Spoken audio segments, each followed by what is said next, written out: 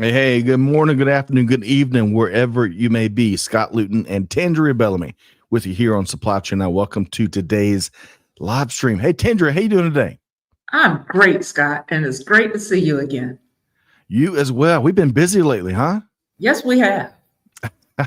But there's no better way to be, even here year end, which is a wonderful time to reflect back on the incredible year that it was, as well as break out your crystal ball to see what we can project for 2025. Some of that stuff may come up later today, but great to have you here with us as always, Tandreia.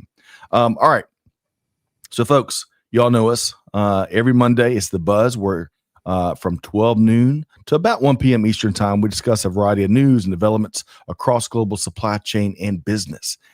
Tandreia, we got some good stuff to get into, from interesting current trends in the U.S. warehousing industry to the latest on quantum computing to new Chinese export restrictions and how business leaders can best position their organizations to effectively leverage AI, because for many, the struggle is real. Ain't that right, Tandreia?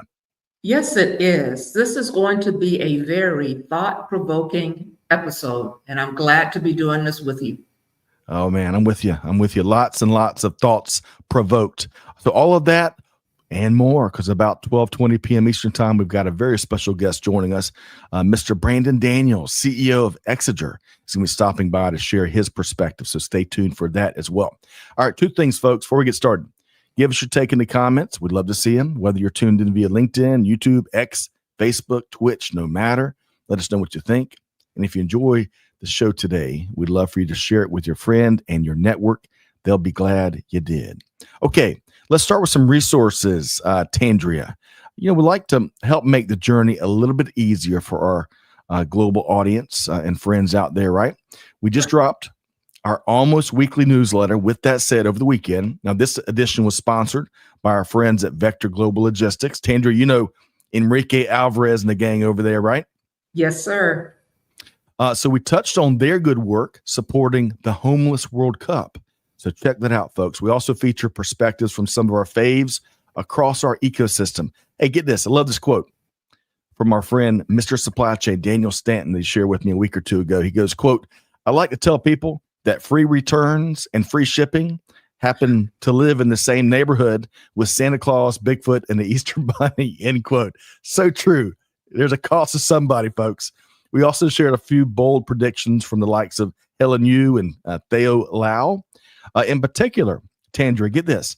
I liked Helen's prediction of nuclear-powered data centers as early as next year. Now, I think nuclear power is entering a whole new era in the months ahead, and that's good to know, because the demand for data storage and processing is off the charts, isn't it, Tandreia? It is. And, as we had on our most recent podcast, being able to effectively take that data and turn it into useful information is a resource that more and more and more companies are getting to understand how important it is. That's right. We're going to touch on that webinar discussion towards the end of today's session. So great call out, Tandreia.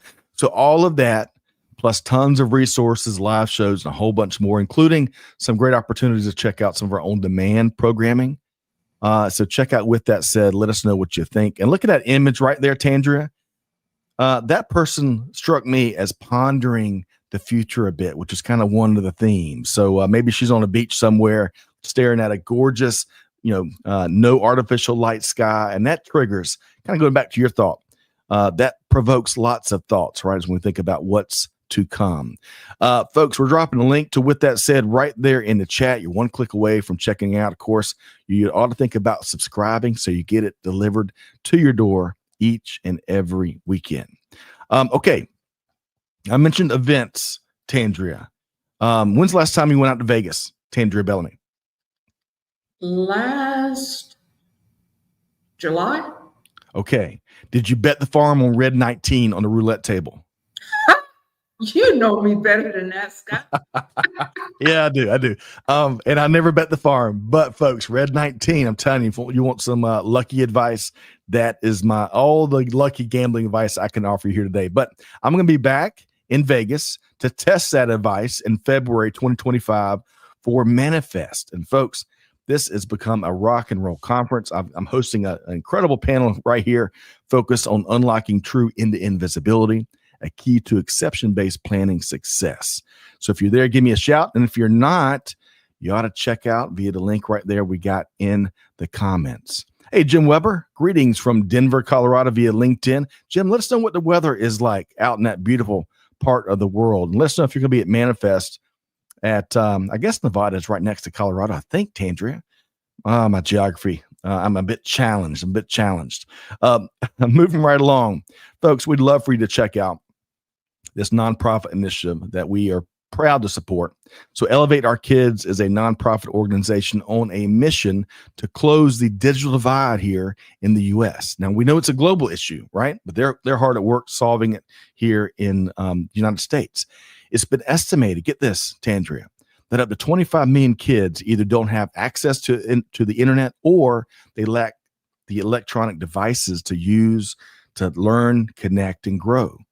$300, folks. If you donate $300 at EOK, they'll provide a laptop and internet access for a family in need. We're dropping a link to check that out right there. We've got friends in this vetted nonprofit and doing great work. And folks, if you don't have $300, I get it. $5, $10, we'll take it. Y'all check it out. And we invite you to join our noble mission. Tandreia, the digital divide, very real. And our friend Korai Koze was with us a few weeks ago, and he really called something out I didn't really think about, because that digital divide term has been around a long time. But with the divide here today, for folks that don't have access, they are falling so much further behind than, say, even a couple of years ago. Do you agree with that, Tandreia? 100%. And it really became more evident, of course, during the pandemic, with the number of kids that were just being disassociated with school and how far they got behind.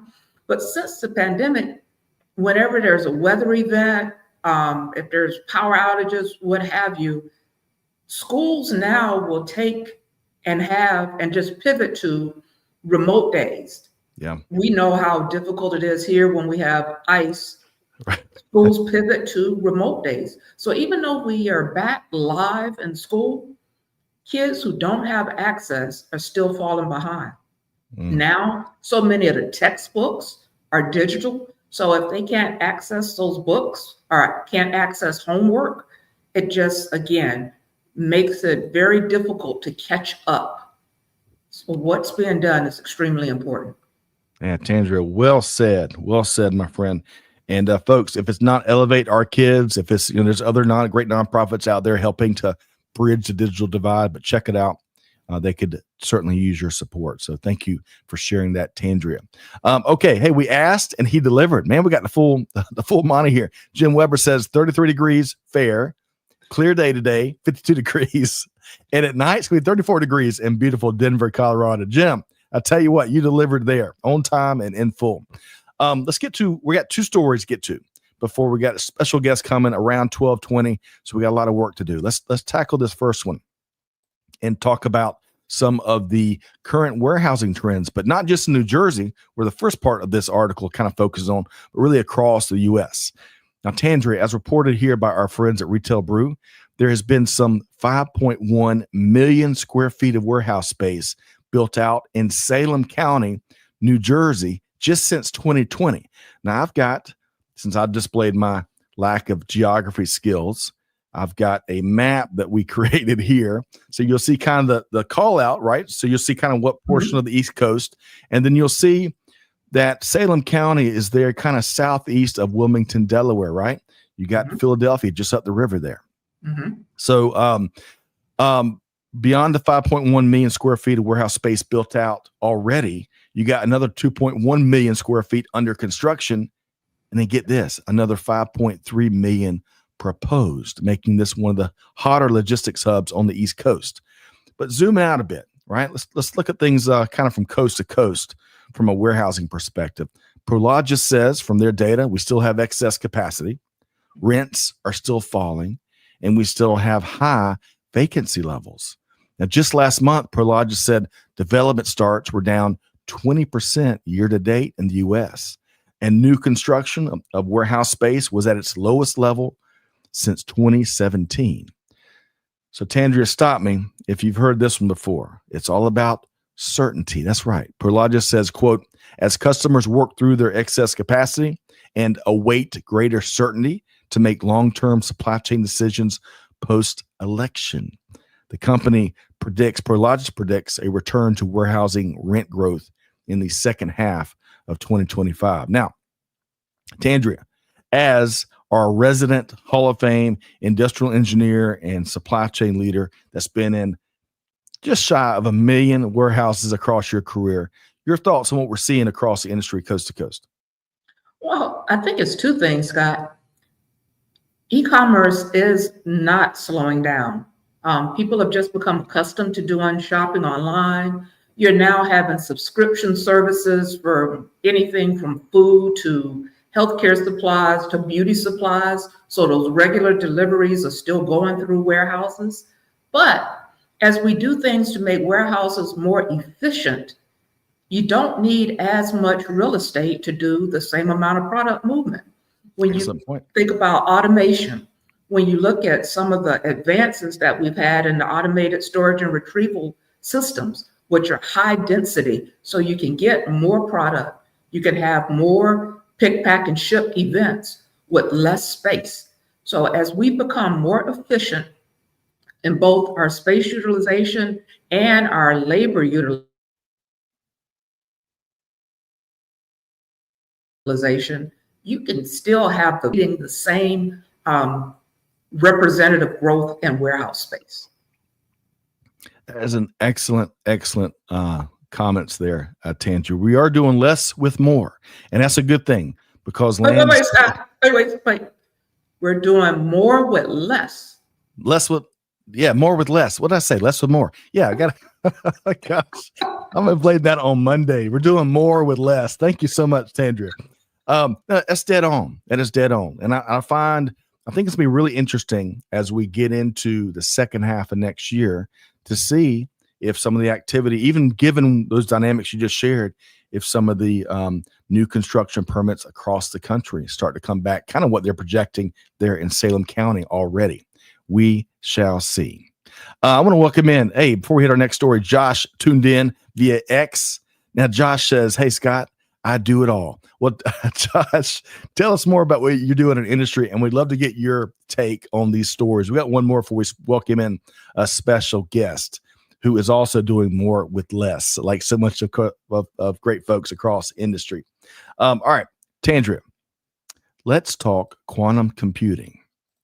Now, disclaimer here, folks, I am not a quantum computing technologist that has PhD after my name, just like I'm not a crack economist, right? So let's put that up front. But we've heard a ton about quantum computing. And folks, I know that there's been promises made from industry for years and years, but I strongly believe that most of our complex current and future business problems, especially in supply chain, they're going to lean on quantum computing. All of us will, to solve. And just one more reason why we're going to need those nuclear powered data centers we talked on the front end, Tandreia, right? Absolutely. All right. So some folks may hear the phrase quantum computing, roll their eyes and say, yeah, that promise has been a long time coming. And it has, but breakthroughs abound. Check this out, folks. As reported by CNN Business, our friends at Google say they have had a big eureka moment. So one quantum computing challenge that a lot of folks may not know about is that the chips that enable quantum computing, well, they're highly, highly unstable. So did you know they can be disrupted by the tiniest of things, such as a subatomic particle from outer space, which is almost as tiny as our Atlanta Falcons playoff chances. Yeah, I had to sneak that one in. But kidding aside, Google believes they have found a way to stabilize all the building blocks, that's called qubits, that go into their quantum computing chip that they call Willow, decreasing disruption while also enabling the ability for developers to correct any errors in real time. So check this out. Google says this new chip can do what would take a classical computer 1 billion years to do. 1 billion years, Tandreia. Now, I could not find how they quantified classical computer. And there's been some debate around that between Google and a few other tech companies, but still, it's big. Whether it's $1 billion or even $1 million, is still a big difference. Your thoughts on what the potential of quantum computing might mean for global supply chain? I think about my time at UPS, and I talk about contingencies and weather events or power outages or a building going down. So at the time that I left, we had approximately 1,500 buildings in the network. Trying to do all of the different what if scenarios on how to move product around an area that was being disrupted for a myriad reasons, it was really an impossible task because there were so many different what if situations that would occur. Right. With this type of computing power, you could run thousands of scenarios in a matter of minutes to come up with the best contingency plans in the event of a network disruption. The possibilities really are endless. I'm with you. And I cannot wait to see the big impact. And as Google says, I can't remember who they quoted in the article, but they said they're past the tipping point with this latest Eureka moment. So I can't wait to see what's around the corner, because we know, despite all the incredible technology, innovative technology that's at play across global supply chain today, it is still such a complicated game. And there's plenty of curveballs, known and unknown, that's coming right around the corner. So we gotta pull the lever here. Okay, couple quick comments here. Going back to Josh. Josh is developing a quantum computing transportation management system. How about that? Josh, you're going to tell us more about that. And he also says he believes Dave Clark will use quantum at Augur for supply chain software. We're going to put our finger on the pulse there and see if you're right. Now, going back to the earlier story, Tandreia, about warehousing, Sean has given us, hey, look at this in-market updates here. Sean says current availability in the greater Toronto area is 4.2%, with 14 million square feet under construction. Man, that blows away Salem County, Sean. Great to see you here today. And folks, don't take our word for it. We dropped a link to both of these articles right there in the comments, and you can check it out and let us know what your thoughts are. Okay, so folks, if I'm an octave below where I normally am every Monday, it's because I'm dealing with this head cold. And Tandreia, it won't let me go. It won't let me go. I'm fighting the good fight here, but I feel like I can sing baritone for the Four Tops right now. But I won't ruin y'all's week by doing that. All right. We've got a great guest stopping by to spend some time with us here today. Get this. Our guest has been solving big-time challenges for Fortune 500 companies and greater industry throughout his career. He's appeared in most of the major media business outlets, including CNBC, Fox Business, the Wall Street Journal, and a whole bunch more. Our guest currently serves as CEO of Exiger, where they are working to make the world a safe and transparent place to be. Let's welcome in Brandon Daniels.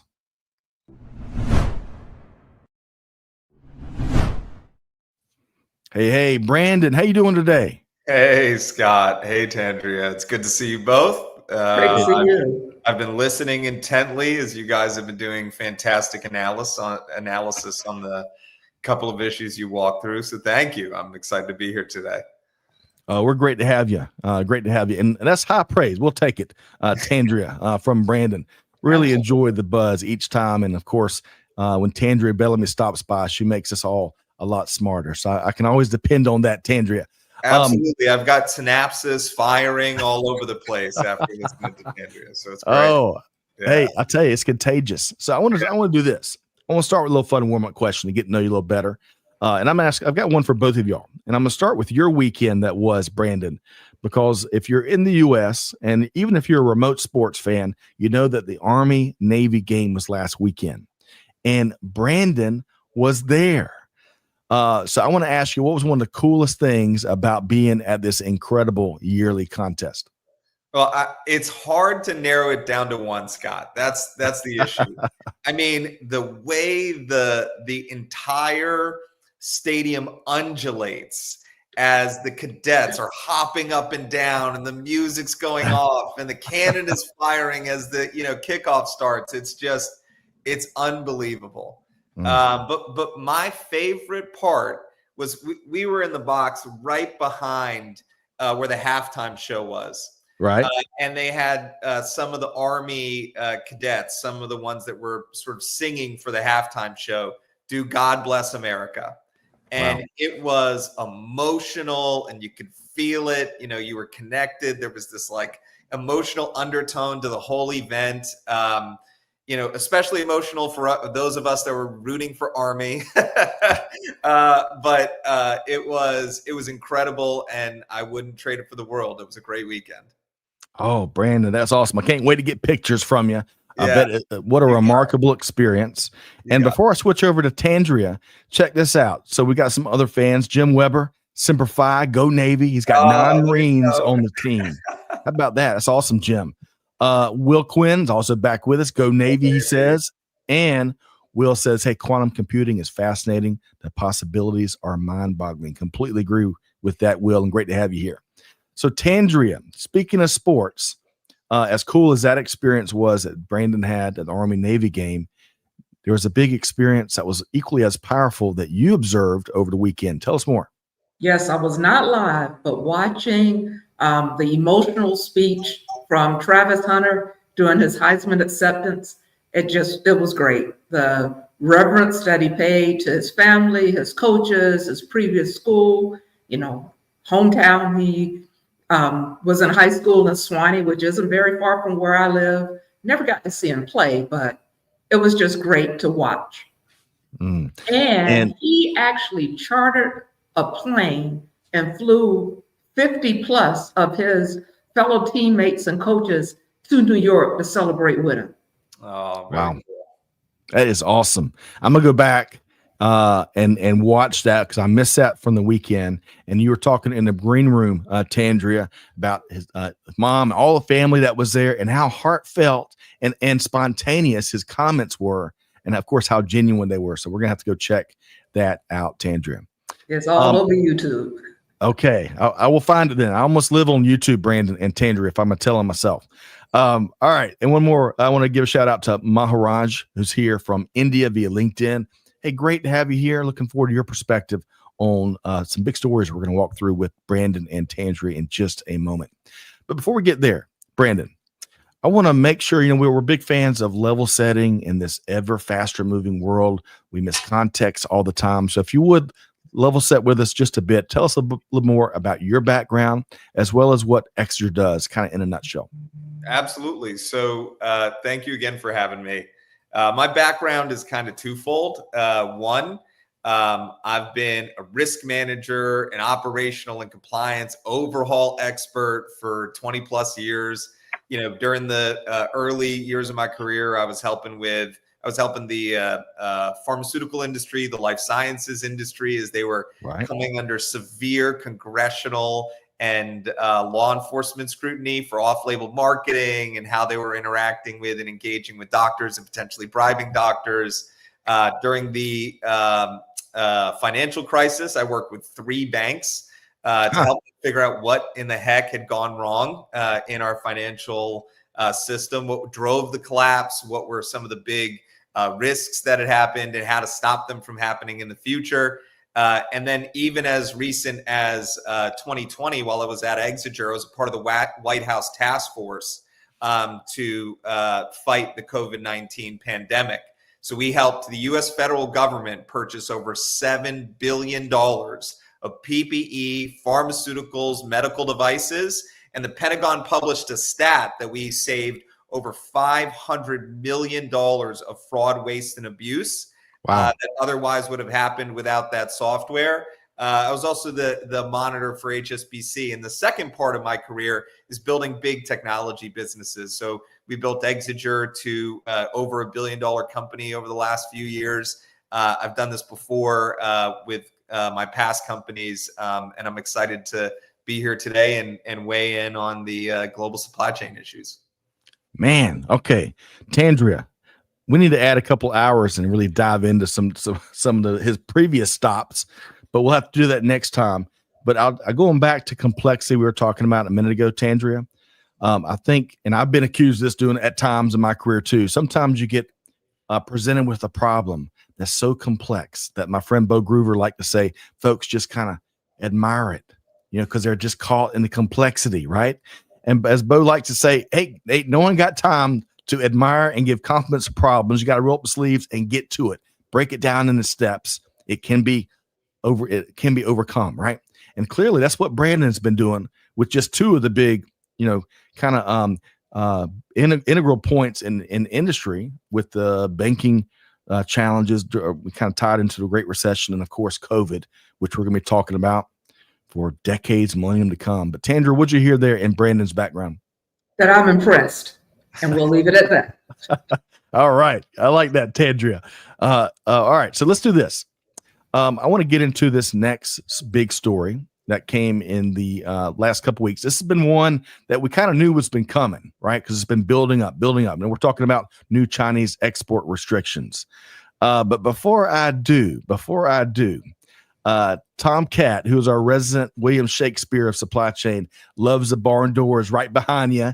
There you go. So very perceptive Tom Catt, who also holds down the fort for us on Twitch. And this is, I wonder if this is Sylvia. Amanda and Trisha, thanks for what y'all do. Let me know who this is. No more interesting guest than Brandon Daniels. You need a part 2. How about that? That's Cody. Cody, great to have you here today. Yeah, of course. She's a great cheerleader. Hey, that is, everyone needs one, right? Yeah, everyone needs one. So let's get into what I teased a second ago, and that is new Chinese export restrictions and their impact on global supply chain. Now, a couple weeks ago, as reported here by the AP, China announced that it is banning all sorts of exports to the U.S. in retaliation for the export restrictions that the U.S. had put in place earlier on them. I need a whiteboard to keep this thing separate. So gallium, germanium, and antimony. I hope I'm making Miss Beckham, my 9th grade biology or chemistry teacher, proud there. Those 3 materials and others are on China's newest list of officially banned exports. Now, gallium and germanium go into computer chips, solar panels, military tech, and a lot more. And according to the U.S. Geological Survey, the U.S. gets about half of its total supply of these 2 materials from China today. Now, antimony is used in flame retardants, batteries, nuclear weapon production, and more.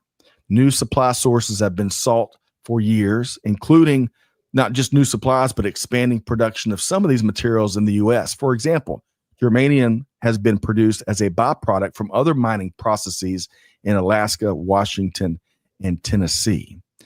But Brandon, given your thoughts here and what we're seeing, because we're not going to meet our current supply levels via alternative sources overnight. We all know how challenging that can be, no matter what you're trying to build supply-wise.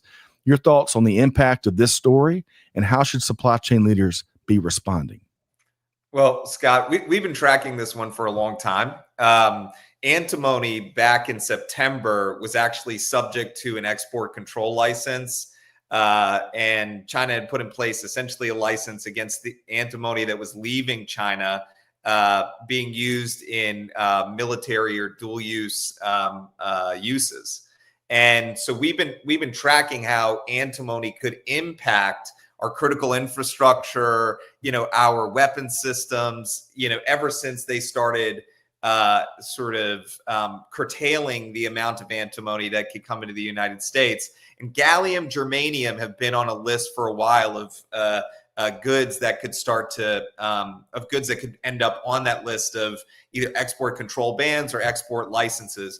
What you're seeing right now is the weaponization of the periodic table. You mentioned about 50% of our, gallium, germanium comes from China. But actually, in 2023, China accounted for about 89% of global gallium production.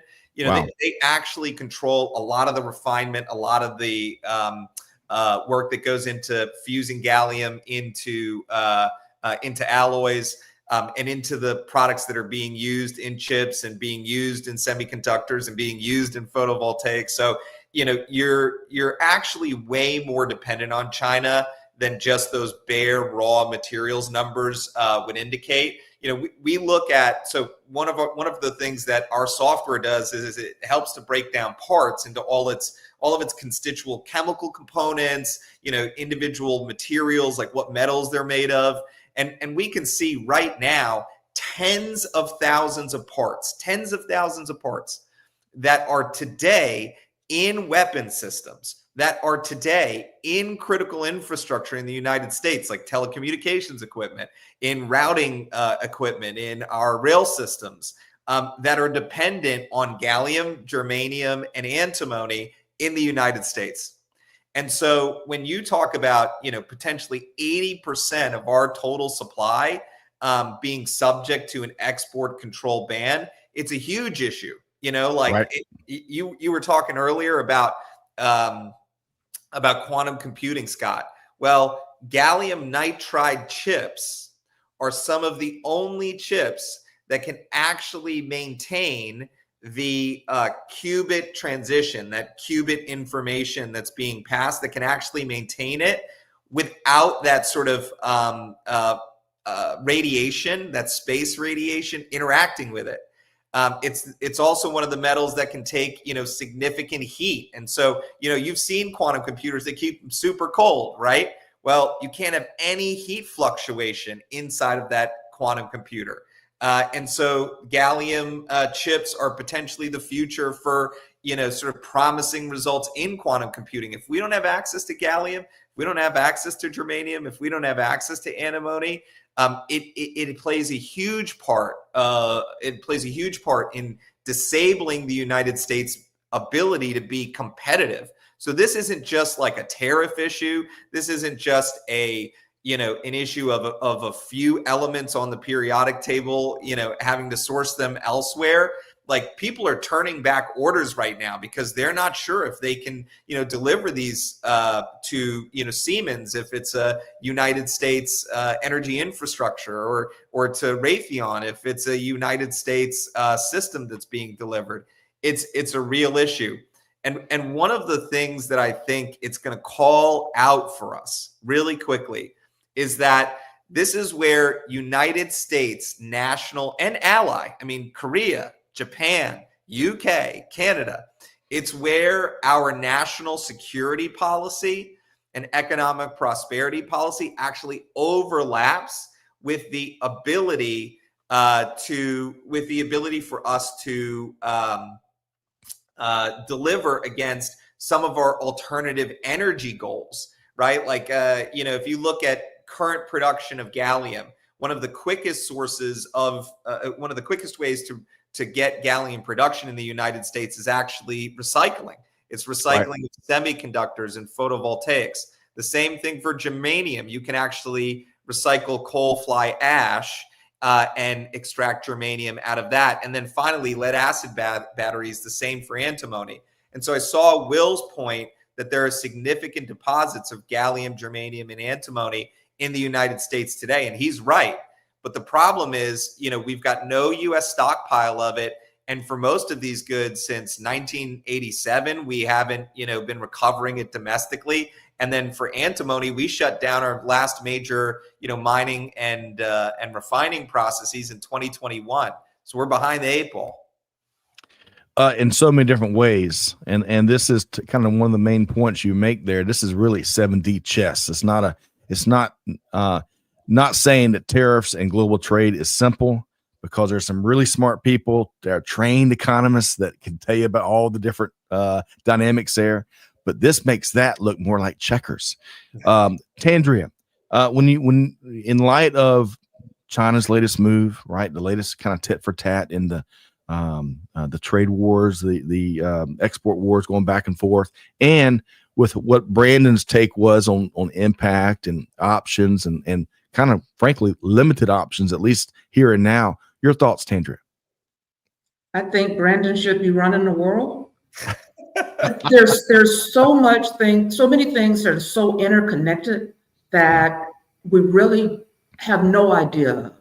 The average person has no idea what type of chemical components or what type of elements from the periodic table are in their cell phone. They just know they're extremely reliant upon that phone, and that if something goes wrong with it, they want the ability to buy a new one. Yep. Some way, somehow, we have got to become more educated as a society so that as we're making various decisions, we understand the impacts so that we don't do anything short term that's going to have an extremely negative impact on us in the long term.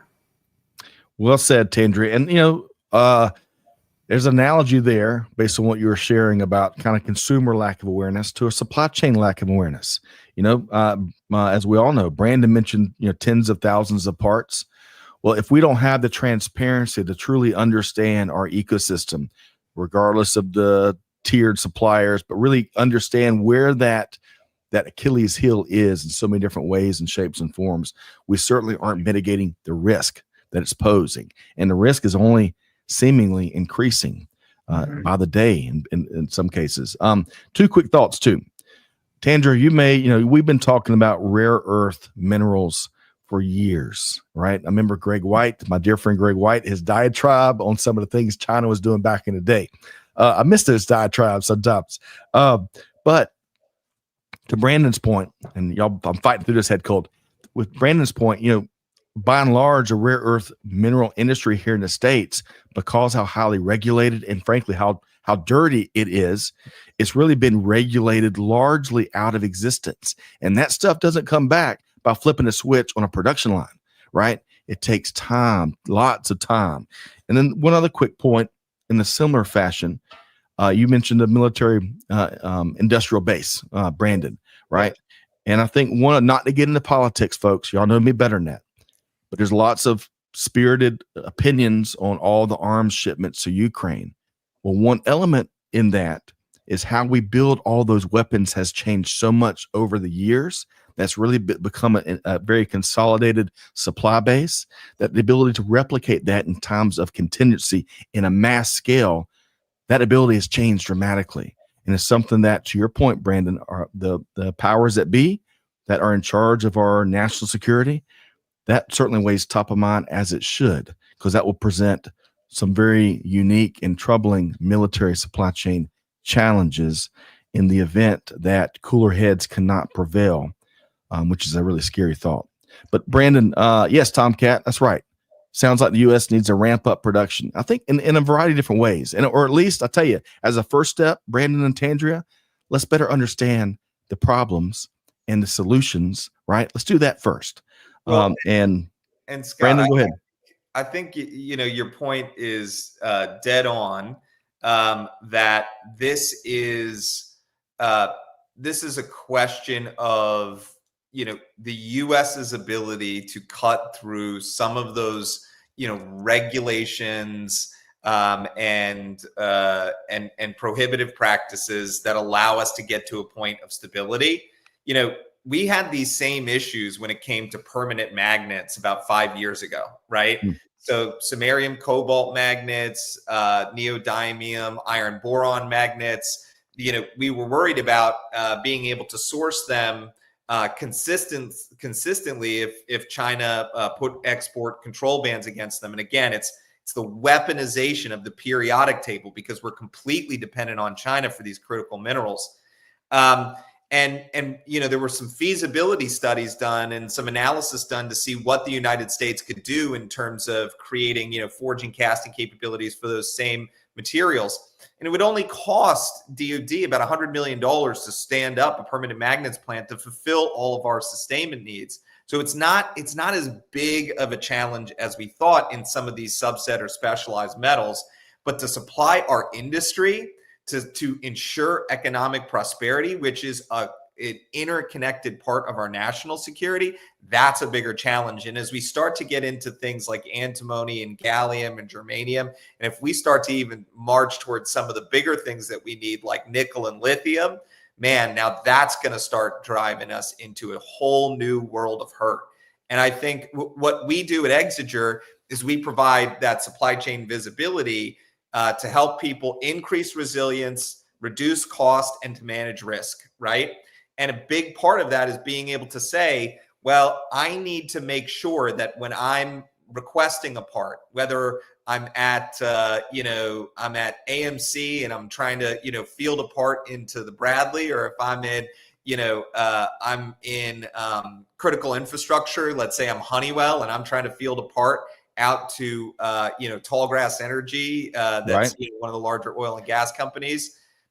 It's not just about how long does it take to get from sort of order to contract. It's actually what's my total acquisition timeline, right? Right. How resilient can I actually make my acquisition process?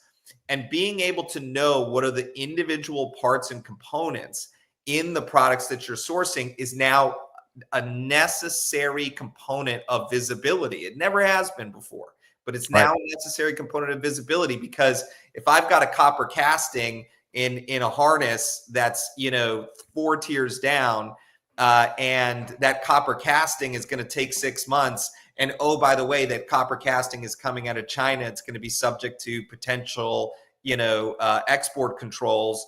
Well, man, I need to know way earlier. You kind of need to know that. My inventory demand. Yeah. So right. I think that this is highlighting a challenge that we can solve, but it's highlighting a challenge that we got to go way to the left of boom on.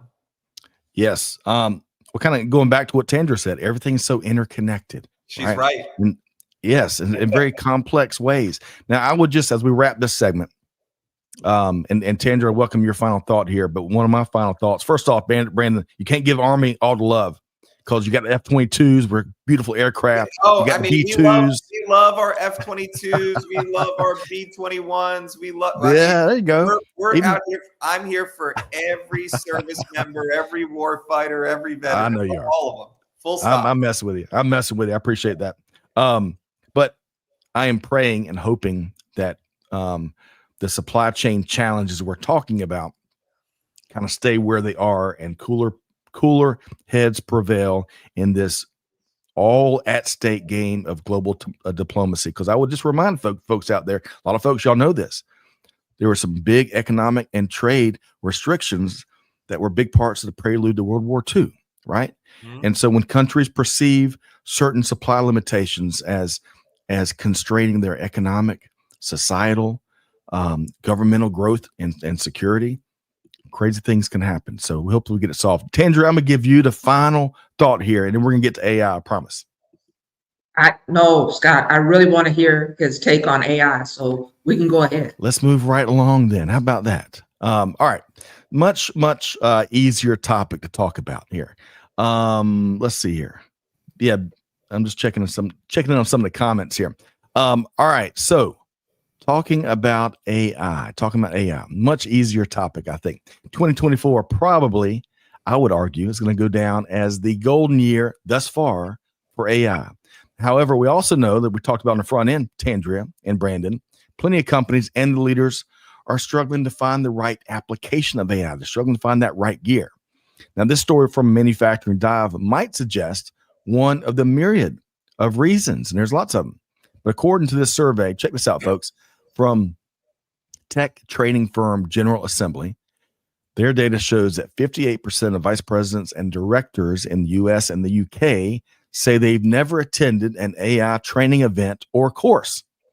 27% say they are not very or not confident at all in how to use AI tools without compromising company data. So, Brandon, given all that your group does, right, working with and supporting some of the world's most innovative companies, what are key best practices that leaders and teams have got to consider so they can really leverage AI in a powerful, outcomes-driven manner? Your thoughts, Brandon? Absolutely. Well, the first thing is, from my perspective, is that recognize that AI isn't one thing. It's multiple individual things, right? So there are different types of AI. You can have AI that's tuned or trained for different domains. So the first thing that as an executive, I want to know is what is AI? And artificial intelligence, it's enabler. It's an enabler. That's what it is. It helps us to bridge a skills gap, for instance. So if I'm in procurement or I'm in supply chain and I need help understanding the impact of a compliance risk, let's say a Uyghur Forced Labor and Prevention Act, potential violation, AI can, it can coach me on that in seconds, right? And so it's an enabler first and foremost. The second thing is it is going to help you get closer to decision making. It's today not the final decision making technology. Now, maybe on some lower level supply chain issues or logistics issues, you can use AI to sort of make decisions or to make low consequence decisions. But it's going to help you move along the decision curve. It's not the decision body. It's not the decision authority. And that's because most AI it's data dependent. And there are still hallucinations that you need to sort of bring a human in to tie break as well. And then the last thing I would say is, when thinking about AI, there are two tips from my perspective. One, compete different AI models on the same decision. So we implement our own AI. We built our own AI for a decade. And so what we do is we actually compete our artificial intelligence decisions against OpenAI, against Mistral 2. We'll actually say, do they all agree? Because if they all agree, well, they're trained on different data. They're trained by different systems. They use slightly different algorithms. And so if the decision is still the same, that's going to allow on a similar data set. If the decision is still the same, that's going to give us a lot higher confidence. So the one thing is that I really encourage people to do is to test out and try different AI on a single decision and see who gets it right, or see if they all agree. And if they all agree, then you know that it's not going to be subject to the same bias or hallucinations or problems.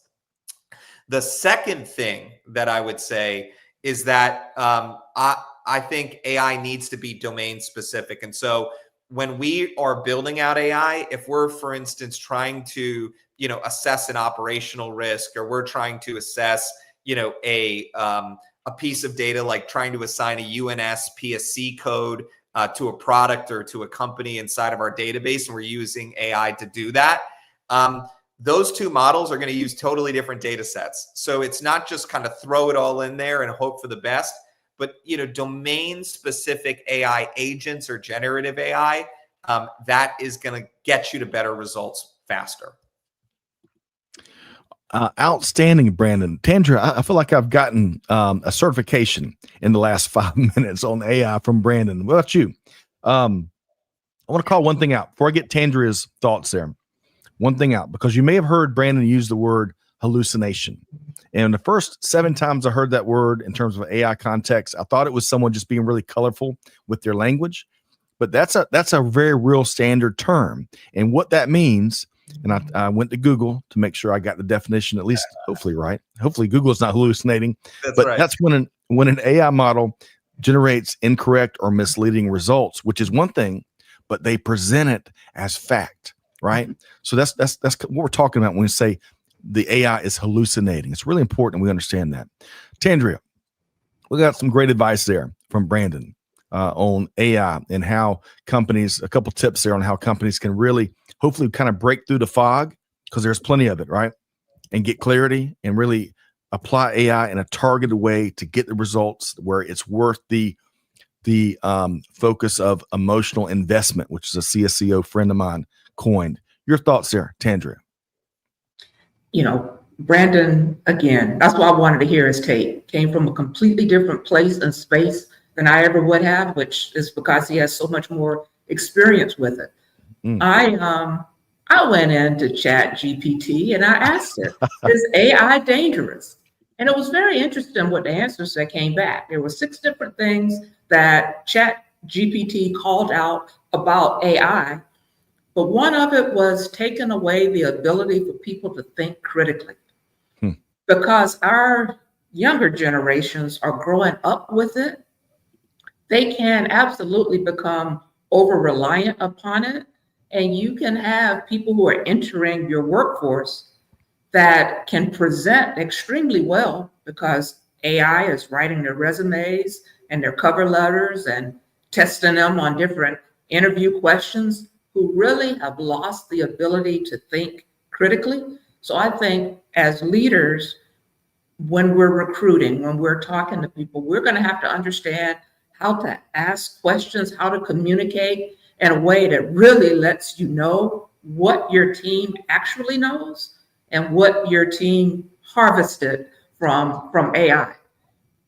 Well said, Tandreia. And I would add to that how we can protect the ability to unleash that human creativity, which is one of the biggest pieces of the value proposition that humans bring to the table. Well said there, Tandreia. And I love the beauty where folks are attacking this from different angles, right?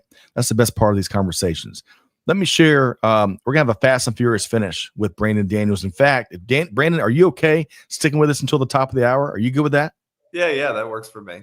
Top of the hour, bottom of the hour, 1 p.m. I always get that term wrong too. Let's see here. T Squared says, hey, this is supply chain management nourishment of a different type. Spaghetti, meatballs, and all. Complexity ain't going nowhere. Good stuff there, T Squared, who holds down the fort for us on YouTube. We're trying to bring it on and not let you down. Jim says, AI plus quantum computing. Two great tastes that taste great together. It's almost poetic, Jim. Good stuff there. Mahanraj is talking about how a lot of AI platforms act like that data-driven powerhouse. Powerhouses abound for sure. And Tomcat says, hey, I use open source AI every day. It's been highly beneficial to my productivity and learning.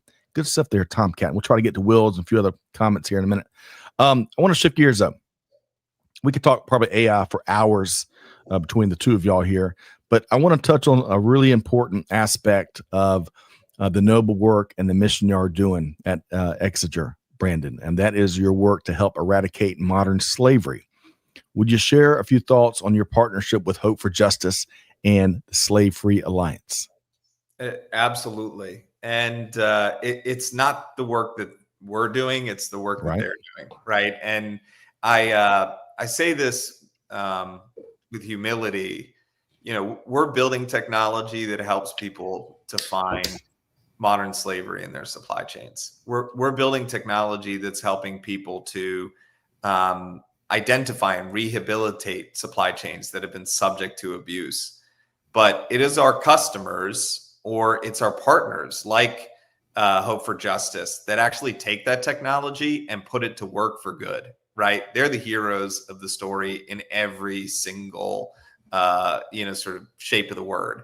And Slave Free Alliance, Hope for Justice, Slave Free Alliance, what they've been doing is they've been saving people from slavery and coaching and rehabilitating them back into society. So, we're using our technology to find, corporations or, manufacturers or organizations that are potentially abusing supply chains and, not only having an economic impact, but a societal impact on those supply chains by leveraging forced labor, modern slavery, of which there are 49.5 million people today that are in modern slavery that are either being trafficked or in forced labor conditions or, some form of modern slavery. 30 million of those are in our corporate supply chains. So are being used to manufacture our phones, manufacture our food, manufacture our computers, right? I mean, it's embedded, it's insidious, and it's everywhere. And so we help to identify these supply chains. We help to bring awareness to them. We help our customers and these NGOs to identify them and to highlight them. And then what Hope for Justice is doing is they're going out and saving thousands of people that are in these conditions, that are in these situations. So we support them with our technology. We support them with, our funding. We support them and partner with them any way we can to stomp this out at the root. Because, I'd love if, in 5, 10, 15, 20 years, whenever we can get it done, if all of our customers said, we're happy to turn off that modern slavery check in our supply chains because we've solved it, right? As aspirational and as crazy as that might be, people have looked at the moon and thought, I want to get there, and did it, right? I think that we can bring a more ethical world. I think that we can get this out of our regulated supply chains. And I think it actually will improve the conditions for those communities. This happened in the 1800s, Scott, in the United States. Remember, like This is a part of our recent history, right? In New York, workers in buildings that were, in despicable conditions, came out and said, we've got to unionize. We've got to, change the way that we're being treated. We've got to have a fair labor standard. We've got to get kids out of these factories. And the United States and Tammany Hall and everyone got around them and did it. And it made it so that, kids were going back to school. It improved overall livelihoods. It improved innovation. It became, just like somebody said earlier, it's a powerhouse. It became a powerhouse for innovation, a powerhouse for change, a powerhouse for good. And I think us all focusing on modern slavery and eradicating it, it's not only going to help you get to compliance, it's not only going to help you get to resilience, it's not only going to level our playing field from a free and fair markets perspective, it's going to do good for us as a humanity. Well said. Very well said. Powerfully said. And there is big tangible and intangible benefits from doing the right thing. And kudos to Hope for Justice and Slave Free Alliance, which we've dropped the links to them, hopeforjustice.org and slavefreealliance.org. You want to click away from learning more about the powerful work they're doing to literally, very literally, like my 10th grade daughter likes to say all the time, but this one very meaningfully, change lives. Tandreia, get you to respond to that noble mission that Brandon just kind of laid out there, and the responsibility we all have as leaders to not just uncover it, but more importantly, do something about it. Do something about it. Absolutely. Thank you so much, Scott, for including me on this episode. It has been an absolute honor to be on with you, Brandon. And we sometimes get so caught up in our small little worlds that we think things like this just don't even exist anymore. Whereas it is very, very real. And corporately, we have a responsibility to know what is going on with whomever, wherever, and whatever we source. And having organizations like this that are going out and leading the way and pointing us to things that are in desperate need of correction is hugely important. It's critical. It should be a part of everybody's sustainability platform. Yeah. Well said. Thank you, Tim. Yeah. It's been awesome to meet you. I am honored to be on with you as well. So let's do this. I wish we had a couple more hours, which topics like this deserve a whole bunch more than that, months. But the good news here is, folks, if you want to really take actionable, add an actionable component to your mission to do something about this, hey, Hope for Justice, Slave Free Alliance, learn more, connect with them, figure out how you can support their very meaningful missions. And I bet, Brandon, you'd welcome a phone call and any kind of conversation to talk more about this or some of the cool things you are doing out in industry. How can folks connect with you, Brandon Daniels, CEO of Exiger? The fastest and easiest way is exiger.com. We've got all of the ways to connect and link with us, and we'd love to hear from you. Wonderful, Brandon. Wonderful. All right. Great to have you here. Tandreia, I'm going to ask, we're not going to have time to hit this webinar. I'm going to share the opportunity with folks, but we'll have to hit that next time. We covered a wide gamut of topics, meaningful, meaty topics with Brandon Daniels here today. If you had one clear-cut key takeaway that folks got to take from this episode of The Buzz, what would that be? To stay connected with supply chain now, because you're going to get exposed to and gain knowledge of so many varied topics with so many experts such as Brandon. There will be absolutely no way for you to source all of this information on your own. So stay connected with supply chain now. Too kind, Tandreia, too kind. And I tell you, we love what we do. And this is a great conversation. Perfect example. Folks, we're dropping the Exiger website right there. One click away from connecting with Brandon and the team. Check out all the great stories and interviews that they do there as well. And you got to connect with Tandreia on LinkedIn. She is always dropping inspirational stuff there. And you can find and subscribe to Supply Chain wherever you get your podcast. One click right there. One click away from tuning in. So on behalf, first off, let me thank everybody. Brandon Daniels, CEO of Exiger. We're getting pictures of your Army Navy game experience soon, but really appreciate all the great insights, actionable insights you delivered here today. Perfect. Thank you, Scott. Thank you, Tandreia. Hope you all have a good rest of the week. Happy holidays. That's right. Best to you. Happy holidays. Merry Christmas. Tandreia Bellamy, thanks for being here as always. Looking forward to our next conversation. Happy holidays, and looking forward to a phenomenal 2025. And most importantly, folks, all you folks that tuned in, I know we couldn't hit everybody's comment or question. Thanks for being here. Really appreciate all that y'all do, the part you play into inspiring our programming. But here's the most important thing, folks. Take something that Brandon or Tandreia shared here today, put it into action, right? Deeds, not words. Let's truly change how industry is done in 2025. And on behalf of the entire team here at Supply Chain Now, Scott Luton challenging you, do good, give forward, be the change that's needed. And we'll see you next time right back here at Supply Chain Now. Thanks, everybody.